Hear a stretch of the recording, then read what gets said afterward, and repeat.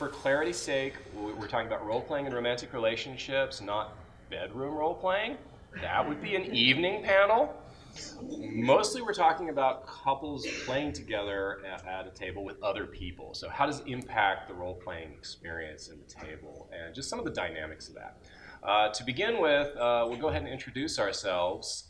I'll let you start, lady first. All right, my name is Sarah. I run Gothic Panda Studios art. I do anime, D&D art. We've published together an anime RPG book for making your D&D games anime styled. I have a master's degree in history, which has nothing to do with what I actually do. Yeah. But it does mean I'm overeducated.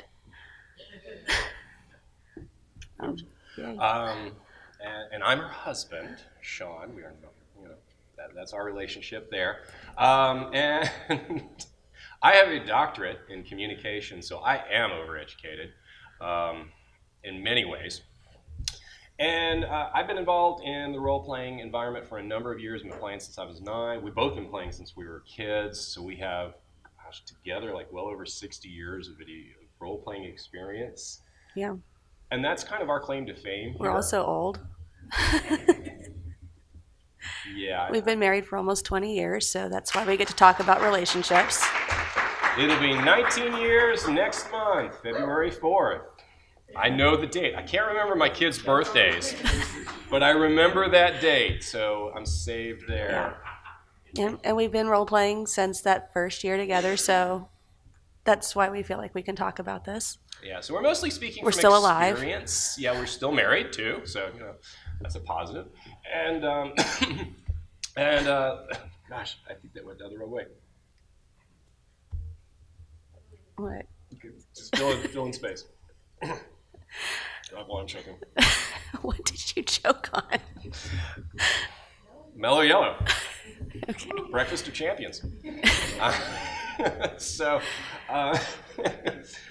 we do have some experience. We've, of course, we both are very heavily involved in gaming in the role-playing community. I've been a Mages panelist for a number of years. I've been published a couple of role-playing books. I used to write for Fantasy Flight Games, which is a lot of fun. And so we both have some relational experience. We both have some role-playing experience. We both played together as a couple for a number of years. And last year we gave a panel on good board games to play together as a couple, because there are plenty you shouldn't. There are plenty you shouldn't play, period, but there are plenty you should never play with a significant other. Yeah, there's just games that do not bring out the best in anyone. No. Monopoly! And so, she loves it. But still. And so we actually had some questions about role-playing as couples. We thought, all right, well, shoot, we'll do a panel on that. So that was kind of what we decided to do with this panel. So here is a panel overview. I'm going to let you kind of talk about give a brief glimpse into our topics here. So what are we going to talk about? So what we're going to talk about today are these topics here. We're going to talk about what happens when you're really passionate about role-playing, but your partner does not play. But you kind of want to, yeah, or has never played, doesn't know what it is, but you would like to share this with them. Like, what are some tips for that? Role playing as a couple when you're playing together, and a couple of different scenarios there and ways that can play out. And then we're also going to look at if you're playing a game with someone else who's a couple and the pros and cons of that. So the good ones and that couple, and we all know who that couple is. Right. And then we'll open it up for Q&A. Mm-hmm. So that's kind of what we're going to be talking about here. So let's dive right into this topic here and look at what it means to introduce your significant other, girlfriend, boyfriend, or even spouse to role-playing. So you've role-played for a while, and you're like, I love this game. I really want them to share that with me and enjoy that with me. And they look at you and go, I'm not really sure. Isn't that Satan? Right? And we're going to be primarily talking about Dungeons and Dragons in this panel, and that's kind of where we're beginning. But you can kind of apply this to other role-playing games as well, right? And keep in mind, we are not like marriage counselors, and so our advice is based on our experience. You're all unique. Your relationships are unique. And whether or not these things are going to have a negative or positive impact on your relationship, Yeah. I promise nothing. D&D may or may not save your relationship. I promise nothing. Yeah, it's going to come down to communication with your significant other, what they're concerned about, like why they might not want to do it. Talk to them. But one of our first things is to start slow. Don't sit there and hammer this into them and like jump out of trash cans or something or out of mailboxes and go, hey, we're going to do this. Come on. You know. I mean, seriously, those role-playing books are thick, right? And when you pull that out and go, these are the rules, they're going to look at you and go, can't we just like play poker or something? I know the rules of that. Or Monopoly? No. But still, starting slow, sometimes it's great to just play a one-on-one game with them, right? Not bringing them into a group where everybody's been playing for like 15 years. They all know the rules well. They all know their dynamic well, and you're just throwing them in the mix. Ooh, that's intimidating, right? But starting slow, playing a one-on-one game. There are plenty of little fun adventures out there that you can download off the internet if you're really unsure about creating one of your own. Actually, that was one of the first things we did when we started role-playing together is I had some old second edition modules, and they were designed for one-shots for a specific class, for fighter, wizard, whatever, and we took turns running one or the other through one of them. Yeah, well, I did the game master. You know, that's actually a thing you can do as just a couple is enjoy the game together. Mm-hmm. So that was fun. There are differences, and this is where the different role-playing games come in play. There are easy role-playing games with, easy to get into, and then Minimal there are rules. the uber hard ones. Can anybody just shout out, what are some of the hardest role-playing games you've ever played? Shadowrun? Oh, yeah. AD&D? Yeah, THACO. THACO! Yes, I do know how to do that. That's showing our age. That's showing our age. That's how you know somebody's been playing for a while. Can you calculate THACO or even tell us what the acronym means? Dead armor class at 0. 2-hit AC 0. That's right. Back when they had they were still drawing from wargaming, I think then. But yeah, there are some games that are really great. There are some role-playing games that are like 1-sheet, 2-sheet games that require very little. Simple rules, simple mechanics. Simple mechanics.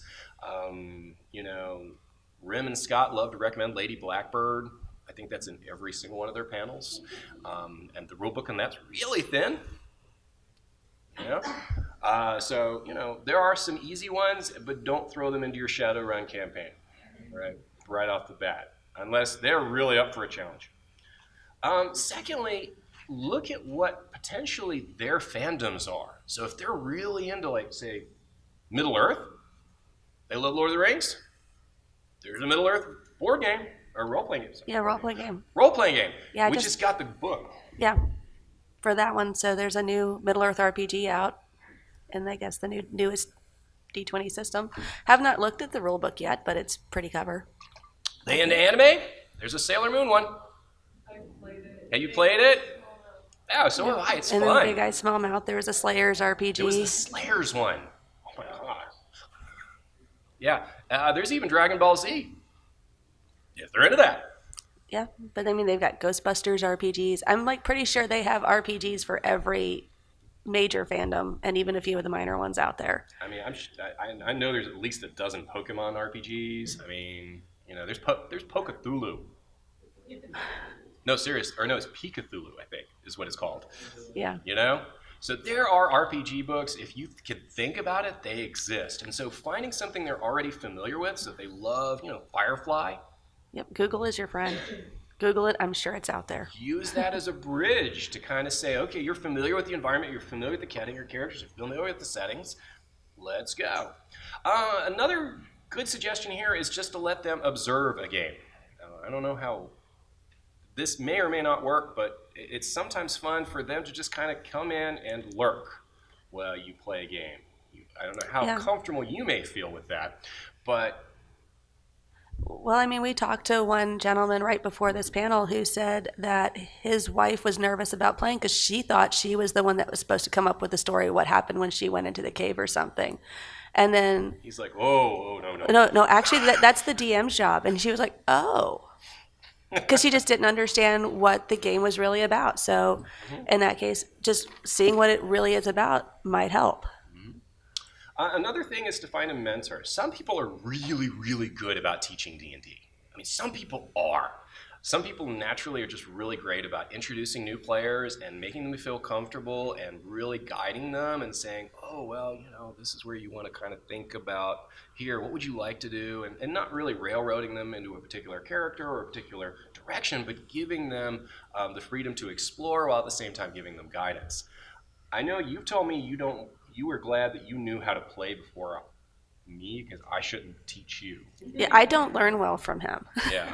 I tried to teach her Photoshop one time. That was bad. I'm just going to leave it there. That was bad. So the really funny thing is he's a professor. I'm a professor. I teach professionally. Yeah, he teaches Photoshop professionally as a living. I have learned off of various tutorials. I know how to hit hotkeys. I don't know what I'm doing, but it does what I want it to do. And when I make art, and I'm happy with that. Masking. I'm like, I hit Control-Alt-G and it masks what I want to. I don't know what that mask is called. I don't really care. And I don't have the patience to sit down with them for it. So, but we know that. So it's like, honestly, mentoring for me would be better from somebody that's not him. But that comes down to communication and knowing each other and their personalities and the personalities of the people you play with. Right. Knowing their learning style is very helpful because they may not like the way you teach because they may feel that you're talking down to them. So, you know, finding a good mentor is sometimes a good, helpful trick. Going to conventions like this one, just drag them along. This is a great way to help them explore the world, see what's going on, see other people who are playing. Conventions like this, coming to panels like this one. How many here have never played a role-playing game before? We got one. All right, but you're recording. Oh, wait, two. Okay, sweet. So, you know, welcome. And I hope you get the chance to experience that kind of gameplay. So the rest of you play in some form or fashion. All right, good. Excellent.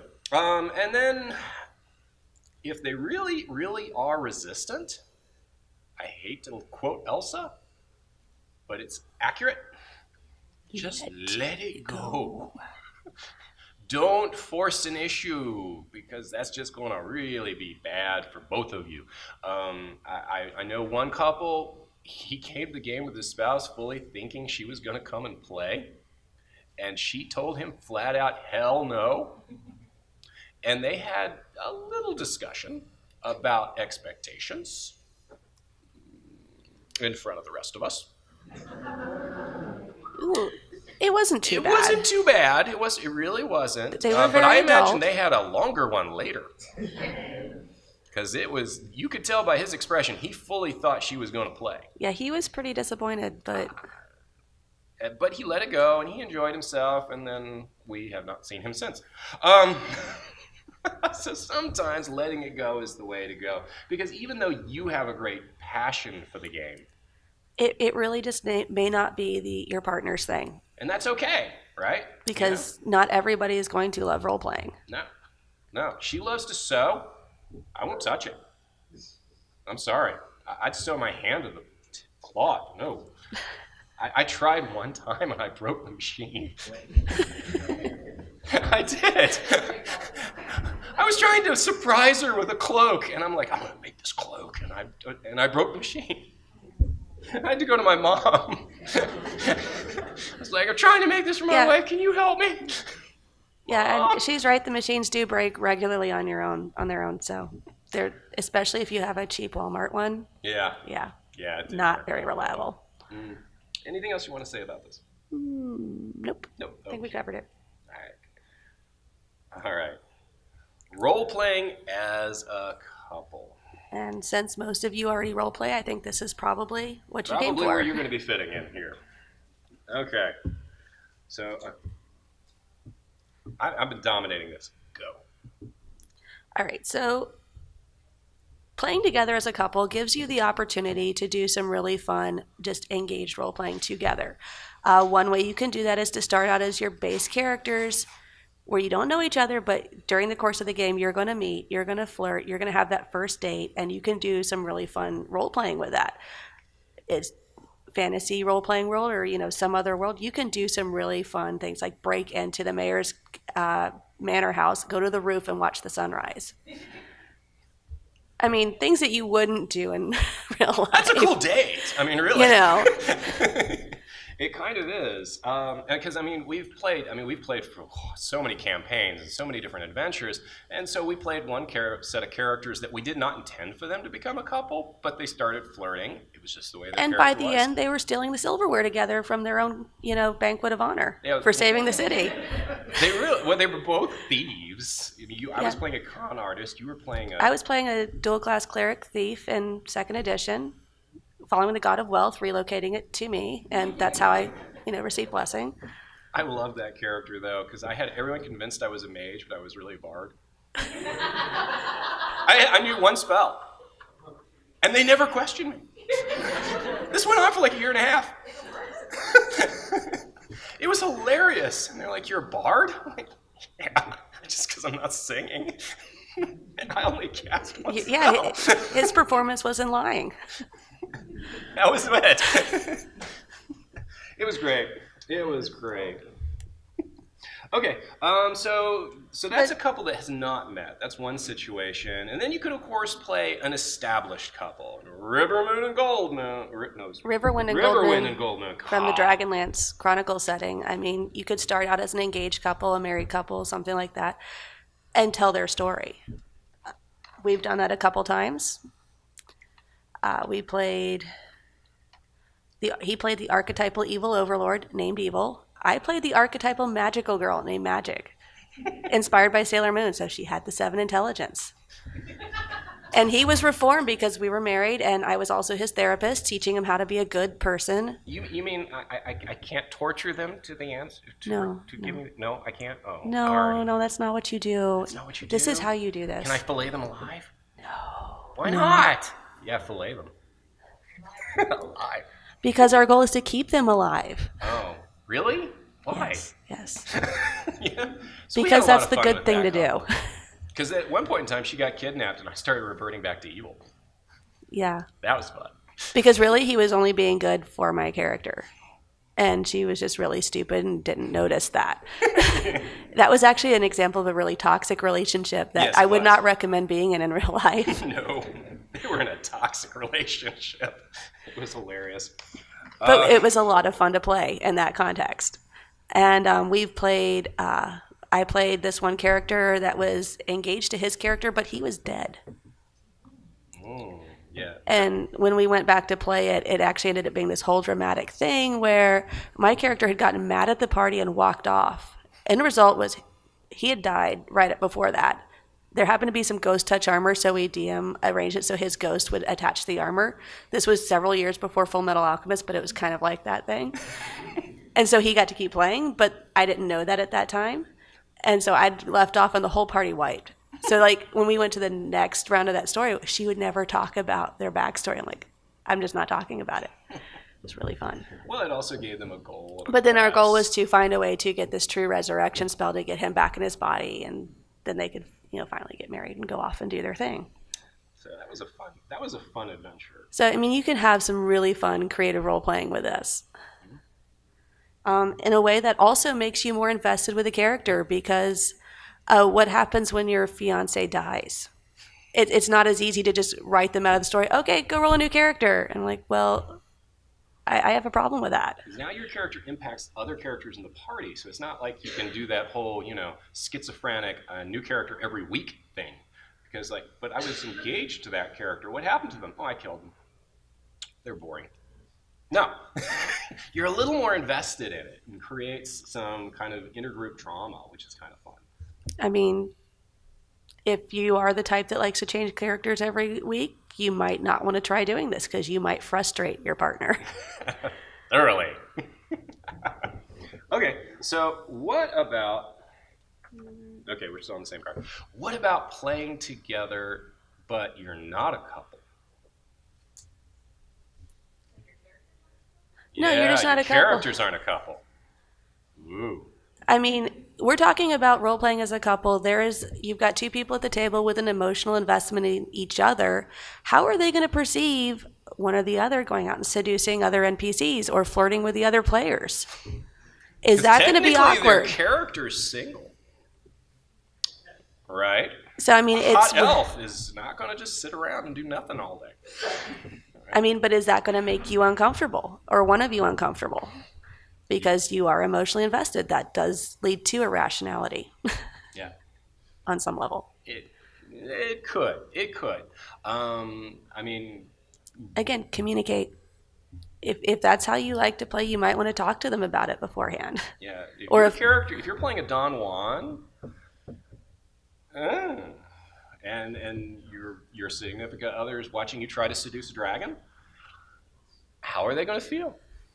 Are they going to be able to separate that?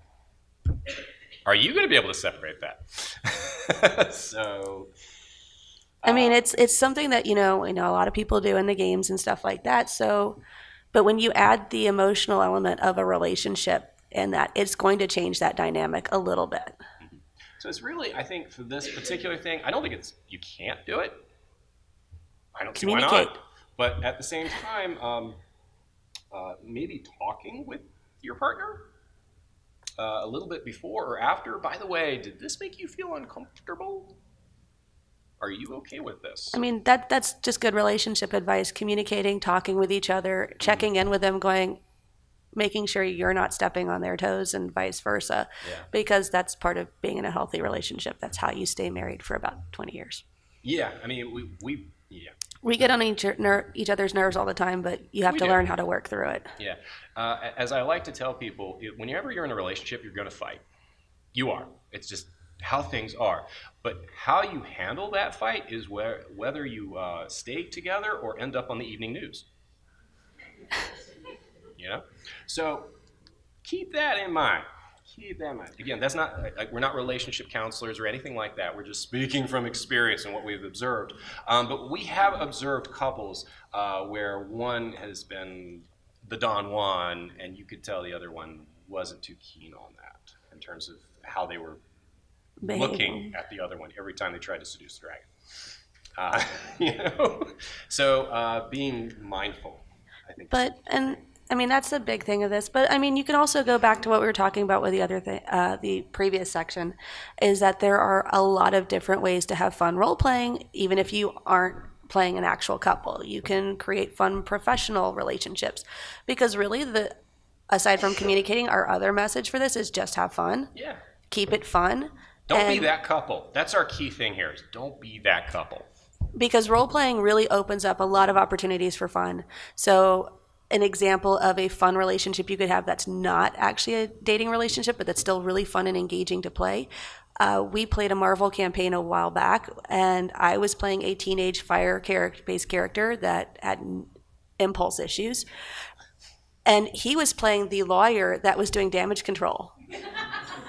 Basically, I was behind her assessing all the collateral damage she was doing and making excuses for people. And writing insurance policies. Insurance policies and stuff.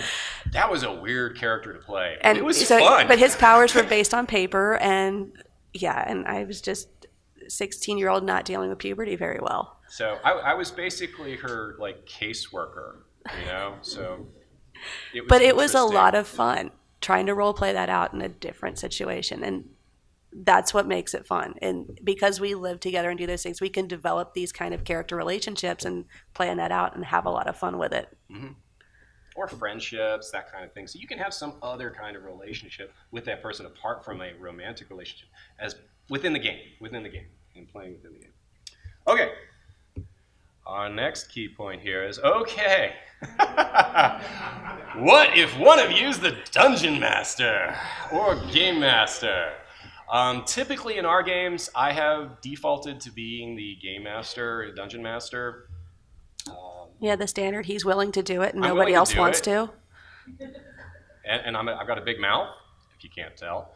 And so I'm often the dungeon master, and so she's often one of my players, and so are others in the party here. And so when this isn't a problem if you're like, just playing one-on-one, but when you got others in that dynamic, how does that impact the table, right? And so one of the key things that, of course, we got to confront the elephant in the room is favoritism. Yeah, real and perceived. Real and perceived. And so what does favoritism look like? Well, it can look like fudged rolls, extra attention. Just extra opportunities going, well, you wouldn't have let me do that. Why are you letting them do that? Because, right. I mean, this is something that you get when, actually it could apply if you're playing with a couple that's dating the DM or one of you is dating the DM. And how do your other players perceive that? Because this is still about keeping it fun. For everybody, not just you. You two, right? So you don't want to be spending the whole time talking with them or building up their backstory, or at the same time, you don't want to do the reverse thing, which is like reverse favoritism, where you actively punish them at the table in order to show that you're not being favoritism or you're showing favoritism to them. So you're like being really overly cruel. Yeah. Yeah, don't do that. No. Just don't. That won't go over well. Yeah. And then there's also the perceived reverse favoritism. Do they think you're being cruel to them? No. I have to roll in front of everybody just to show, because I'm good at rolling. And so, like, I'm sorry, you got critted. You're just doing that because you're mad at me for yesterday. Like, no, it's the dice. Hide the DM screen, right? Just to show that it's not me. But then again, also you have the DM screen, so you want to fudge the rolls sometimes for other players too. So it's a really delicate balance. I mean, DMing... when there are relationships at play, I mean, it's a challenge in any way, right? And so I'm sure you guys have some stories too about this one. Yeah. Anything else we want to say about dating the DM? I mean, we don't necessarily have any advice for overcoming this directly, because when we were trying to put together this panel, when we were looking at it, there are so many different dynamics to consider when you're trying to offer that kind of advice. Have I ever shown you favoritism? I don't think so, but I can think of situations where you should have. Fair enough. Fair enough. I mean, it depends on the dynamics of your group, your game, the people you're playing with. I mean, our group, I don't think we've ever had a lot of direct problems with this. They keep coming back, so I guess things are working out. Yeah, I mean, we're playing with the same group roughly we've been playing with since 2000. Yeah. We've been playing a while. I mean, some have been in or out, but a lot of that has to do with more moves and job relocation and stuff like that than actual growing up sucks. Drama. It really does. Jobs. Adulting. Ugh. But anyways. Don't know why I ever wanted to be an adult. Really sucks. I never did, but I couldn't find Peter Pan. I looked. Anyway. Okay. Now comes an interesting thing. Oh, nope, wrong one. We're not getting there yet. I don't have a slide for this. Co-DMing. Okay, so that is a challenge in and of itself. So you're putting two people together and trying to get them to run a game together. What if you also married or dating that co-DM? But that can be really fun and rewarding. We've done this twice now. We did this once in the past. In that case, the way we managed it is he was the primary dungeon master. I was a secondary one. It was back during a time where I really didn't have time to engage and play with the game because I was preparing for a ton of artist alley tables and was really behind.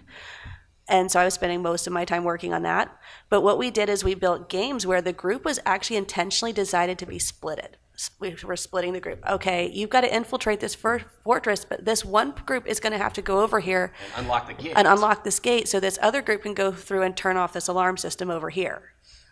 And this is a Spelljammer campaign. And this was a Spelljammer campaign, so we gave them a communication device where they had, I think we said about 3 minutes of actual airtime where they could call in and communicate with the other team. But you had 3 minutes, so you had to keep it short and sweet. They did. And we were able to text back and forth, use technology, and go, okay, they're going to hear this loud explosion, and they're not going to know why. Well, was the other group just caught because they were supposed to be being quiet, or did they just give up being quiet? Or you don't know, but that adds to suspense for the two different groups playing, and then what they each do impacts the other group. So that actually made for a really fun dynamic. It did. That wouldn't have worked if we hadn't had two DMs. And so we're trying co-DMing again this time, but this time we're doing it a little more 50-50 kind of even split. Yeah, this time we're doing a lot of writing the game together, and that's actually been a lot of fun. And I think we've ended up with a campaign that is a lot more interesting than what would have happened if just one of us had written it, because, two heads, we each have different ideas and incorporate different. Mm-hmm. He comes up with things I just wouldn't have thought of that are really cool. And likewise, she's come up with some great ideas too. And we do have different gaming styles. We do. DMing styles, we're very different. Yeah, he's all about the climactic in battle, and I'm all about the narrative along the way. I'm pretty good at dramas and mysteries and plot, but where I really love to excel is weird NPCs and unique situations and creating climactic fights where it's not just I attack for 20 minutes. I want the ships involved. Let's mix things up. But at the same time, you tend to like more the role-playing elements, inter-party role-playing, that kind of thing. And so encouraging, building on each other's strengths is actually great. Building on other players' backstories, taking that and integrating it solidly into our campaign, because I like to see everyone's story being told at the table. And I'll admit, I tend to ignore backstory. Sorry. Sorry. See, I like to think that with the two of us together, we're actually creating something much better than it would have been because of our different interests. But one way that has actually manifested in really a positive way is when we do get in combat, rather than having this really long term where you're waiting for the DM to roll out all the monsters, attacks, and stuff like that. We can have one of us actually running the table while the other one actually just rolls the dice and resolves everything, and it makes everything move a lot more efficiently and effectively. So I keep track of player movement on the table and who's attacking who and doing what, and I just got to roll dice and say hit, no, hit, no, hit, no. That way you're not trying to shift back and forth between those two. Our group does prefer it when he manages and I roll the dice, because my average rolls are about 4. I really suck at rolling on a d20, and he crits a lot. I crit a lot. A lot. Which is not a good trait for a DM, I know. But and I tend not to fudge the rolls. Or it works really well if you need to pull a player aside for something, like in the very last game we ran last weekend. One of our players actually got captured and taken off to the dungeon prison area of this larger dungeon area we're in, and he was able to take that player aside and run through what was going on in that area while I kept the rest of the group going. So there was no downtime where you're like, that character escaped just in time to watch the rest of the group get captured. And we ended with them hit that one guy who actually went in and rescued some of the people we were there to rescue in the first place, watch our group hogtied on on poles getting carried off to the dungeon. And we're like, well, that's going to be fun. Yeah, that'll be interesting. But let's say you have a character who understands a particular language that the others don't, or notices something that the others don't. You got to, when you're by yourself, you just got to pull that player aside, and everyone else is sitting there playing on their phones while they wait for you to finish.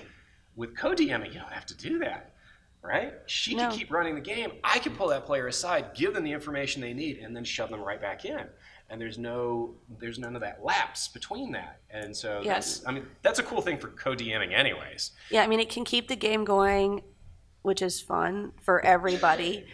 And it actually, you can maintain more disbelief, because as a DM, your option is there, okay, you're going to tell them what's happening in front of everyone and just hope they pretend they don't know it really well. But, all right. Anyways. So moving on to our next topic here, and it was great segues. Playing with a couple. And there are 3 different types of couples you're going to encounter. The first are the lovebirds. This is the couple that comes to your game and they just met, and they've just started dating, or they've known each other well and they've just started dating, and they're so infatuated with each other that they only have eyes for one another. All right? And we know this couple. We've all known this couple. Actually, this is a fun picture. And I show this picture because this was our cats. Both of these cats have passed away. But a few years ago, we had a couple come to our game. And they were on one of the chairs nearby. This was 18 years ago. Out. I mean, they were just going at it. And our cats crawled up in the chair next to them and started imitating them. So they wrapped their arms around each other and started licking each other's faces. It was hilarious. It was hilarious. We took a picture of the cats, not them. But it was that actually wasn't the picture. Funny. It was, those two cats. Really, really funny. But yeah. So what do you do with that couple? I mean, they're clearly not engaged in your game, which is annoying. There's a lot of PDA going on usually. And maybe that makes you uncomfortable. Or your other players uncomfortable.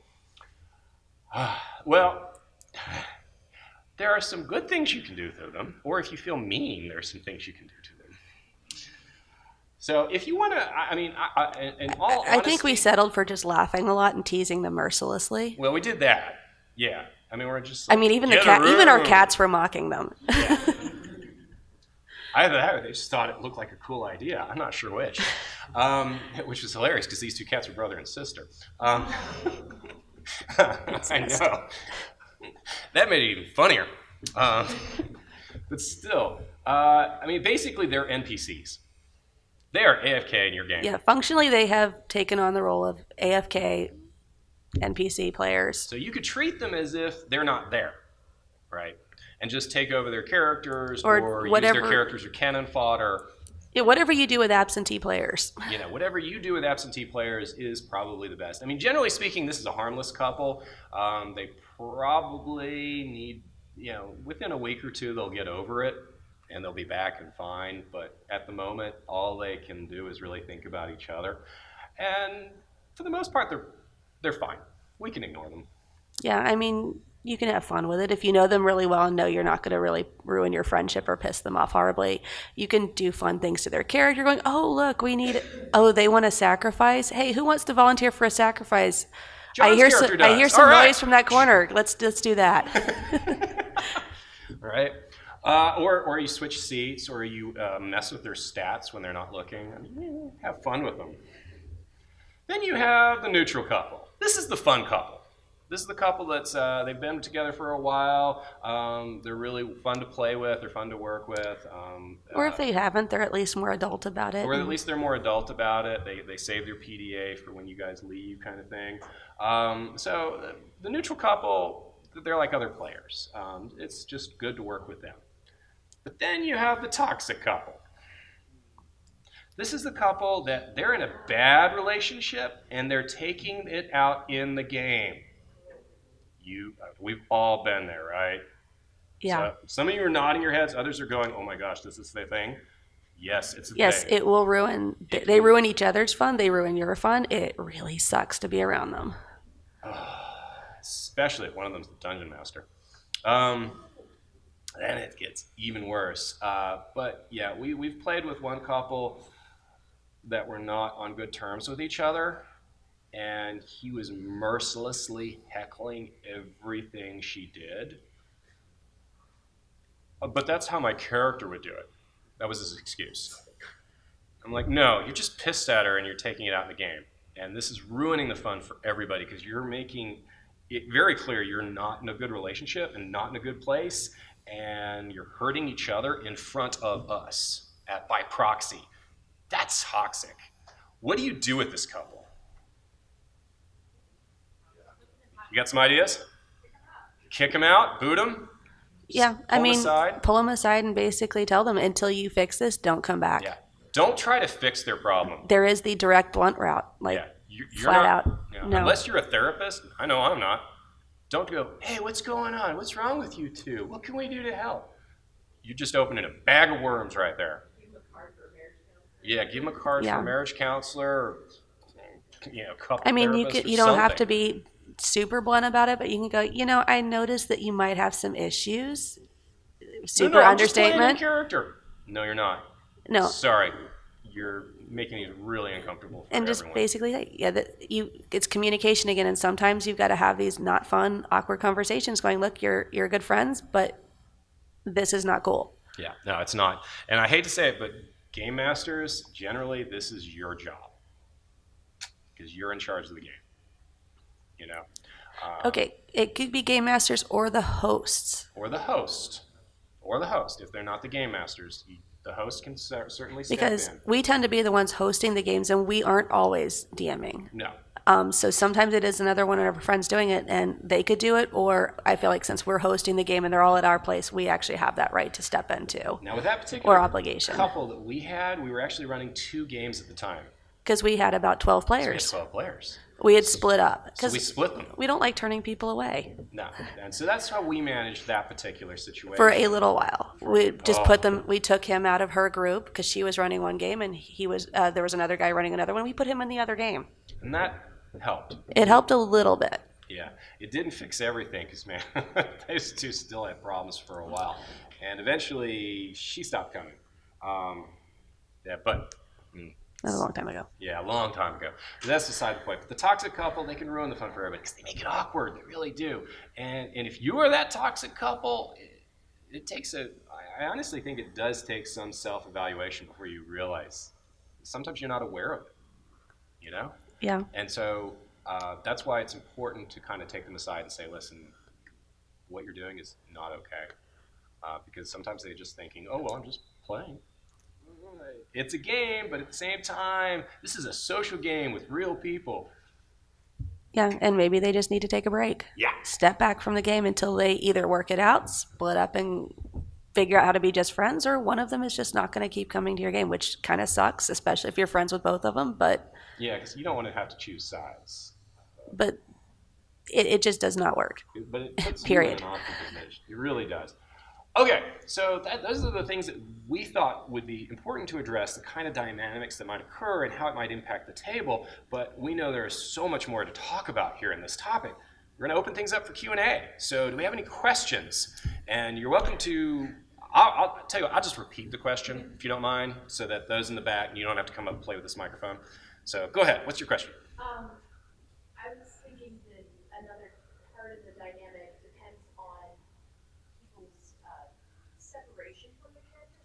Like some people use it to work on some issues they're having. Some people are just, hey, I think this is kind of cool, but I feel like part of it can come down to your separation. Yeah.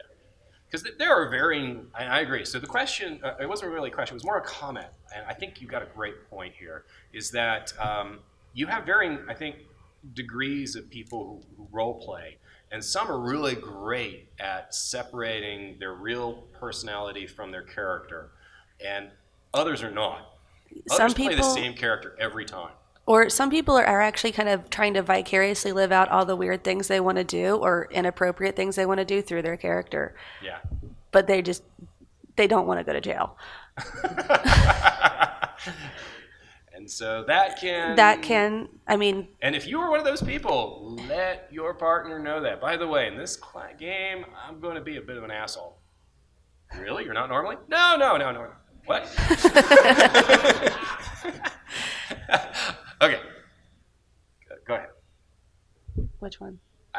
You pick. You were pointing first. I think she was first. What do you do with people that aren't exactly couple? Like, I guess, like I want to call it completely like each other. That next step, so they kind of, and they're also like early role players, so they kind of see that in the game, and it's just like, okay, well, everyone, because our group is coming, so it's like, okay, well, we want to do stuff that you guys kind of like, Okay. don't. So the question is, what do you do with a couple that are not a couple, but clearly one or maybe even both of them are thinking about it, and so they're testing the waters within the game? Is that kind of what you were saying? Yeah, kind of like, But their story is starting to really take over and dominate the time in the game. kind of like adult characters, like they kind of have characters that shouldn't really gel, but They're trying to?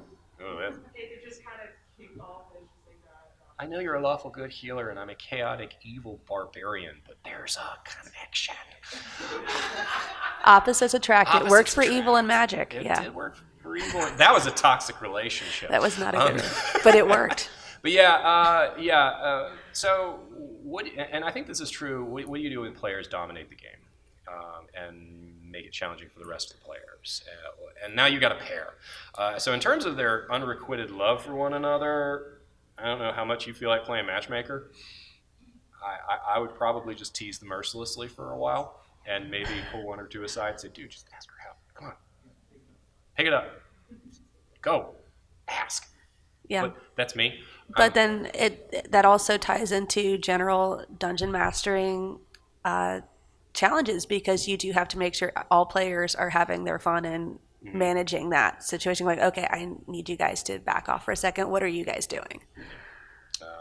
And so that's a good DM kind of skill and advice to learn. It's something you develop over time. Is the best way to manage the table in terms of who's talking, because you're the DM, you get to choose. Shut up. Next. Right? But no, you don't want to do that. You're like, okay, great. Moving on. Just interrupt them. You. My question is, I'm assuming you have experienced role-playing before you became a cop. Yeah. Yes. Did you notice your stories or the gaming dynamic change in terms of how you played? Married 35 years. I introduced my wife to the gaming. All right. For a long time. And one of the things I noticed is that, well, social interaction became higher. We're actually like 3 couples playing. So there was actually more, we actually had an equal representation of men and women in the group because of that. And we saw, like most games would be just, we just gotta go beat the monster. It's like, no, we're gonna sit here and we're gonna work this out. We're gonna talk. And there was a lot more of that going on. We're going to negotiate peace between these kobold clans. So, all of a sudden, backstories become more all important. that kind of stuff. I was just wondering if that's something you have. Okay, so the question was, When we started playing together, did that change the dynamics of how we played? I would say yes, most definitely. And I would actually say when we first started playing together, it was actually a little awkward and nerve-wracking. I'm kind of glad we started with the one-on-one one-shots, because I felt like, what if because we never actually played together before that. I played with a different group and he had played with a different group. So this was like our first time actually playing together. We got married before actually playing together like that.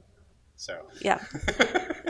So it was actually, I felt really actually uncomfortable role-playing with him for the first time, because I felt like I didn't want him to think I was stupid or anything like that. It was like, well, what if I don't play the way he does and I'm not doing it right or something? Because is how I thought. We were just married. I mean, we were one of those we only dated for 3 months before we got married, and we had an engagement period of like 2 weeks. Because sometimes you just know this is the person you want to be with. But at the same time, there were still some of those awkward communication moments we had not had. Yeah, I was just like, hey, when do you want to get married? Oh, maybe in 6 months, 8 months, a year? No, next week. What? Well, it was more like we were arguing. It was like, do we have to really wait till we're both graduated from college? You're done. I think we should go ahead and get married. And I won the fight. Clearly. Well, her argument was primarily I would kill my mother if we drug this out. Yeah, my mom and I, 2 weeks of engagement and planning the wedding, we still had one blowout fight over bows on the front pews. I'm like, who the freak cares? I don't. Why is this even a big deal? But yeah, no, it did. I'll admit, when I role-played before, I tended to play the destructive loon character. That my goal was to cause havoc in every game. And as you still do that a little bit. And I still do that a little bit because the loon is still my default, the kind of character I like to play. But at the same time, I started exploring other avenues, other types of role-playing, and actually had a lot more fun afterwards. So I would say it really broadened my horizon on what I could do in a game. Honestly, I would say some of the characters we've played together, like Evil and Magic, or the couple where the guy ended up in the empty suit of plate mail armor with ghost touch armor, they've made for more memorable stories and tales than just our random characters that we've had. And they've actually made for some really fun experiences and memories with us. So it's changed how we played, and it's been a good thing. Mm-hmm. Okay, I saw a hand over here on the right, young lady, the blondish hair. Yes. Yes.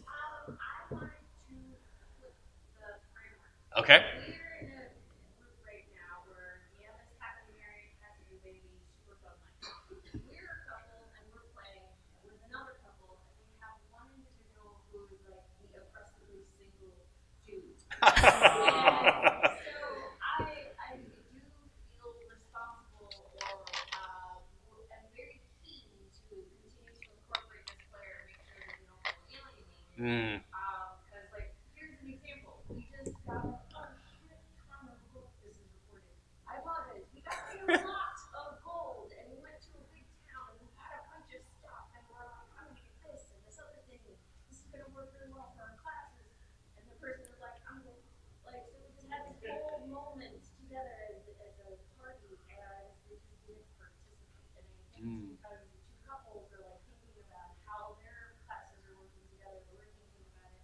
And I feel like we're losing our friends in the dust. So you've got teams, and then you've got the third wheel. They're also the brother-in-law. So like we're obligated to make sure that they are So Basically, she's asking about a group where they're playing with, like, I believe, 2 couples, and then there's one single person. And the couples are having these really engaged they're playing together in a really engaged way. They've got these fun stories going, and then you have the other person. So this is what I would do. If I were the game master, I would be asking that player, what's your character's goals? What is it you want to see this character doing? And finding some way to incorporate that in the overall game story. So I think, although I tend to ignore backstory, in this particular situation, I think it would actually be a wise thing to talk. Yeah, that would be a great way. I mean, find why they're playing, what they want to play for, what their character's goals for, and specifically engage that in the story. And some players, and this is the thing, everybody comes to role-playing with different goals, and they enjoy different things about it. I know some people that they love to just come and watch us play. We have some friends, they don't like playing. They just like watching us play. I don't understand that personally. I did not understand this for a long time, and then the internet kind of showed me that this is a thing. You know? Because I would find that incredibly boring, because I prefer to participate in whatever's going on. And so different players will come to a game with different desires, different expectations, and maybe they just want to be with you guys.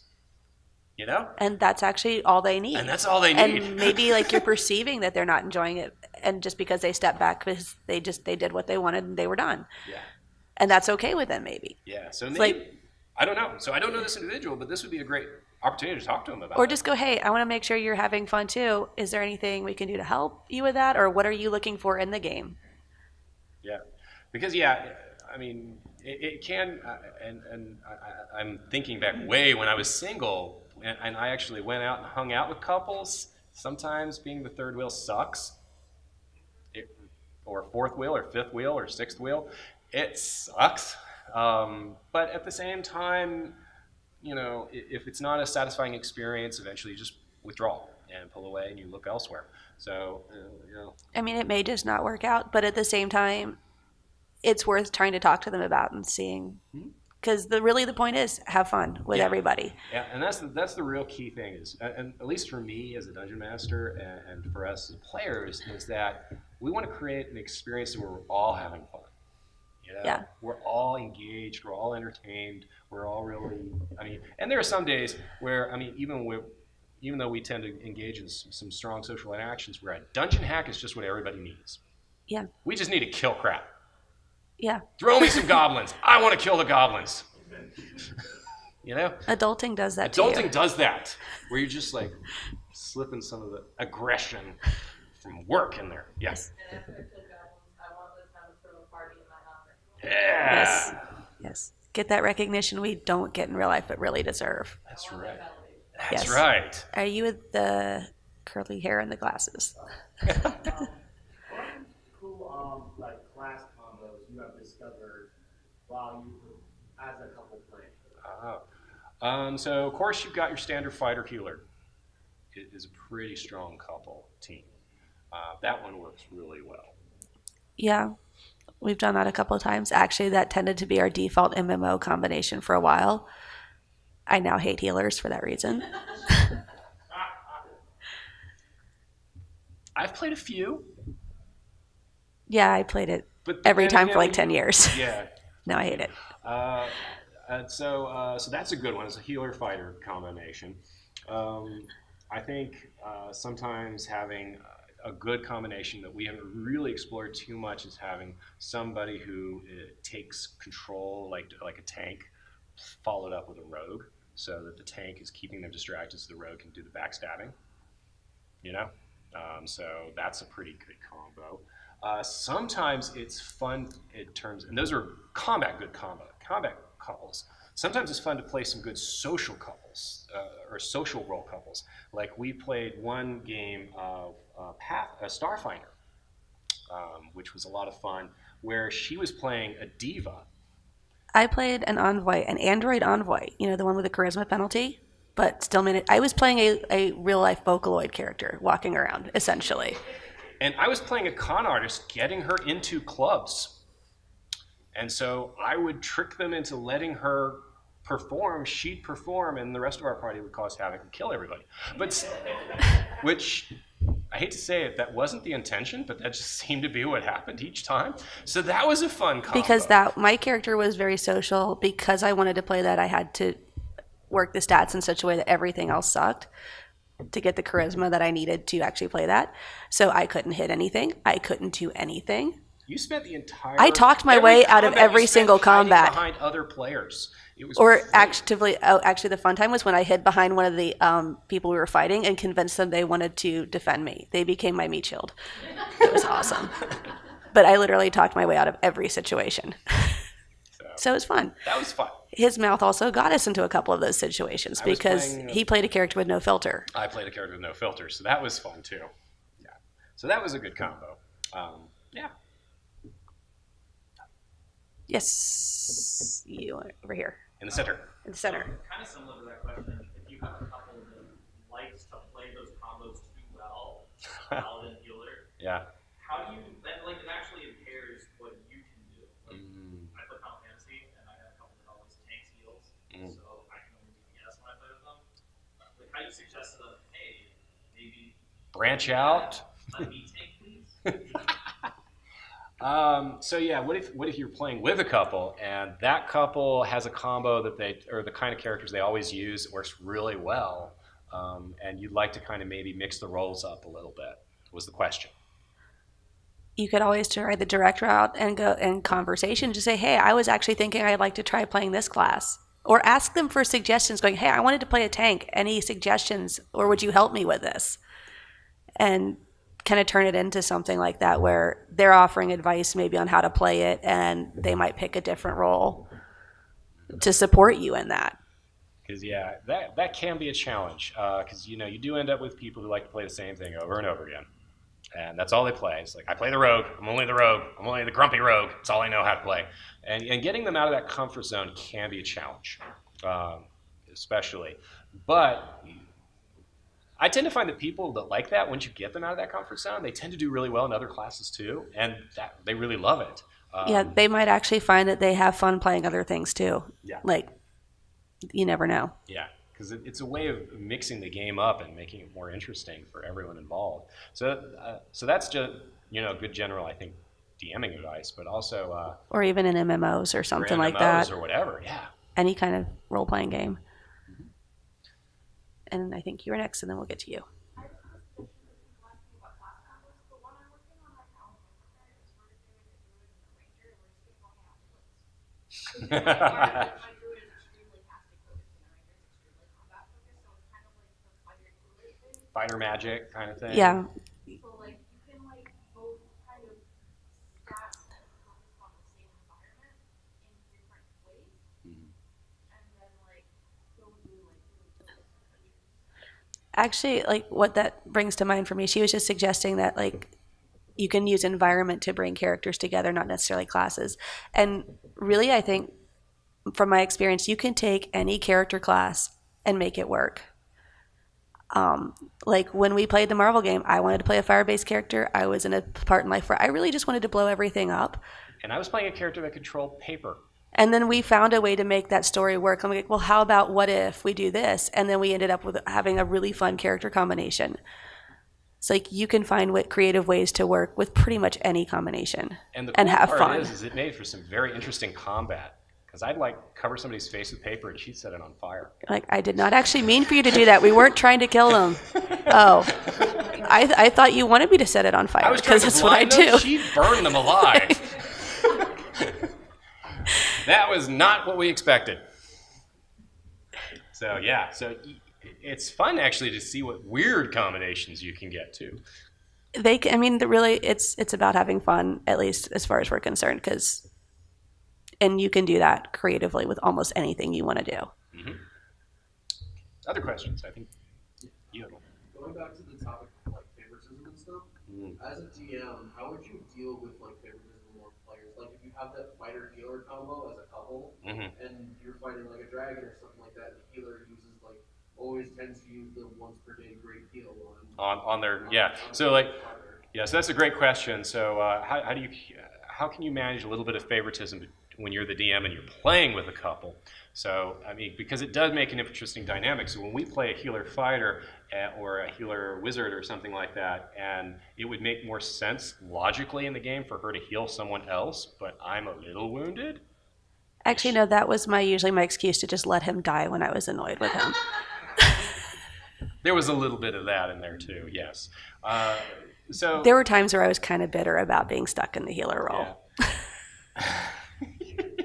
There was, but this is a real challenge, and it's one that, at the same time, of course, they're going to be more emotionally attached if they're playing a couple, and so it's within character for them to be more concerned about one another and to show that kind of favoritism. So that is in character, but at the same time, is it disrupting the rest of the gameplay? And here's the question I've got to ask: is favoritism a bad thing? In that case, that's with players showing favoritism to other players, not necessarily the game master showing favoritism to a player. That can be awkward, I think, for the other players, because actually that's kind of where we highlighted it gives you more investment in each other's characters earlier, because you're going to want to protect that other person a little more than maybe the other players. That makes it more realistic, but not necessarily more fun for the others. Because if you think about it, if you have a significant other, you're going to do things for them before you do it for anyone else. But I don't have an answer for this. Anybody? Communication. Communication is a great answer for everything. Like everything, practically. I studied it. Yeah. I was going to say, communicate with your DM, and if like your healer only wants to heal their boyfriend or girlfriend or whoever, like maybe ask your DM to just have them find it. Okay, so having the GM provide supplemental healing, if that's what's missing, throwing in another healer, like an NPC healer that joins the party for a little bit, might be another way to get around that too. Yeah, actually dropping some extra magical items that the rest of the party could use for heals when they need it. And that's a cool thing. That way the couple can keep playing the way they want to play and having fun, and it's not hurting their other players. Another cool thing about co-DMing we really didn't address is that when you have an absent player, one of the DMs can stand in for that player. Or take up a role that you need for an NPC, and it's not distracting the primary DM. And that's really cool, so that, so the DM so the primary DM or whoever takes that DMing in that time can focus on the game, and then you have somebody else who's like, I'll control this character, I'll make sure everyone's healed. Yeah. Because you can't really play a game hardly without healers. Yeah, we tried that last weekend. Both of our healers didn't show up, and they didn't have one, and it did not go well. That was the last game we played, actually, which is why they got captured. Yeah. Because they were out of everything. They were just like dead. And they're like, all right, we have to rest. And then, of course, because the enemies knew they were there, they got surrounded and taken. Yeah. It just didn't go well. In that game, she's letting me control the villains. And so they're not stupid villains.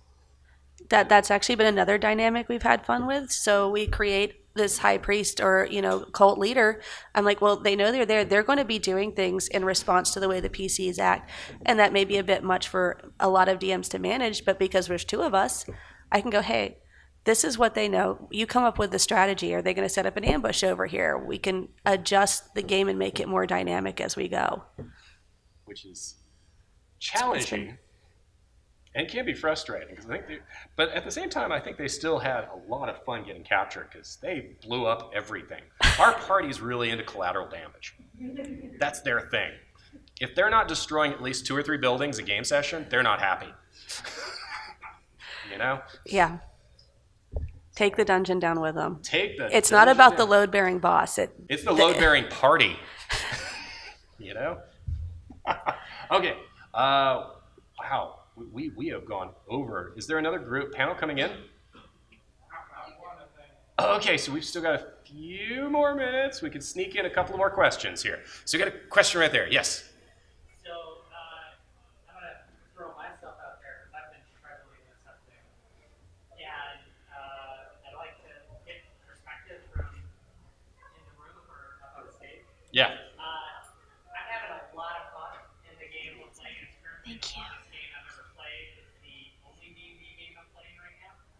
And so when something happens and we have a week or 2 weeks between game sessions, I love talking over the 2-3 hours of gameplay for a week or 2 weeks. Drive my significant other crazy reliving 2 minutes of gameplay for hours upon hours.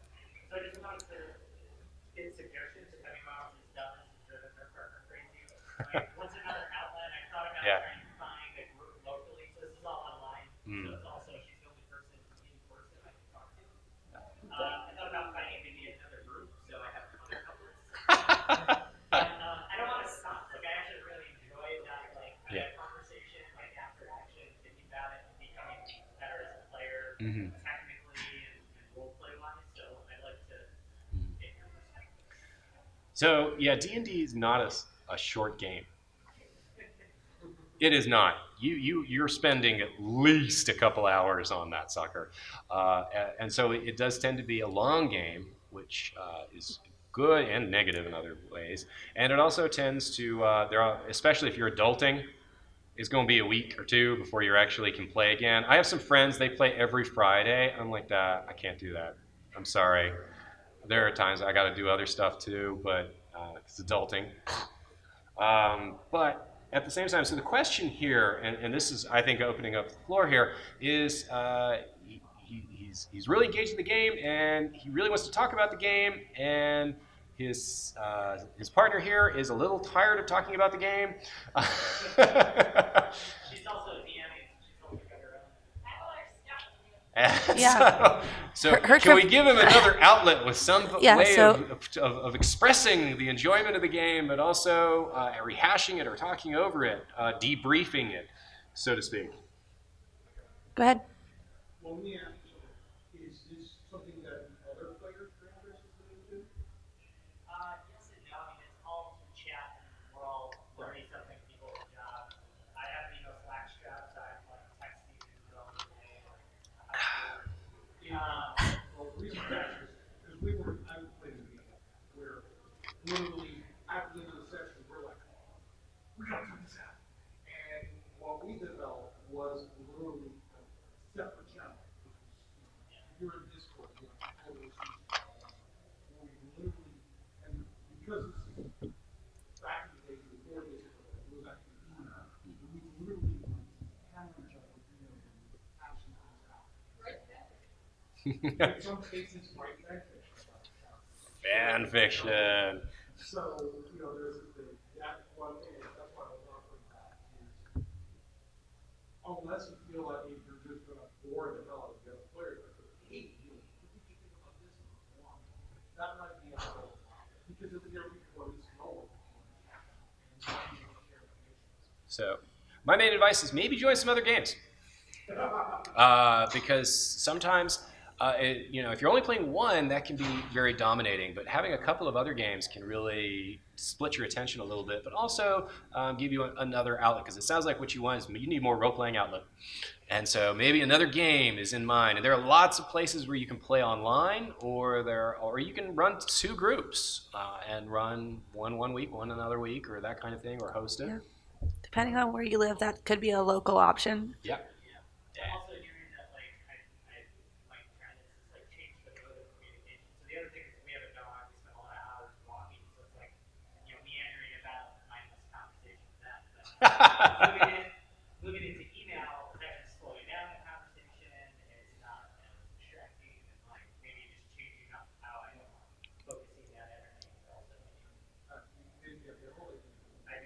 Yeah, definitely.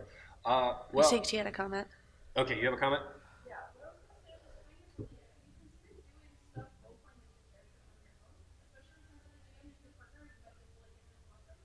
How about like No, she's DM in a different game, not this year.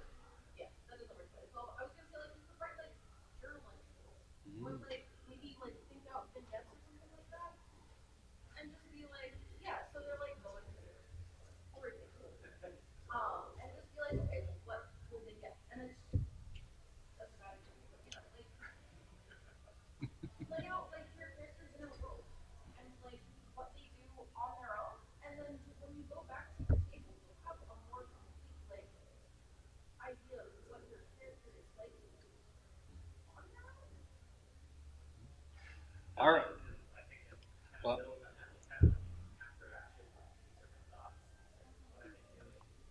so I think these are great conversations.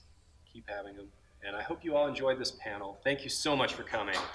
Really appreciate it.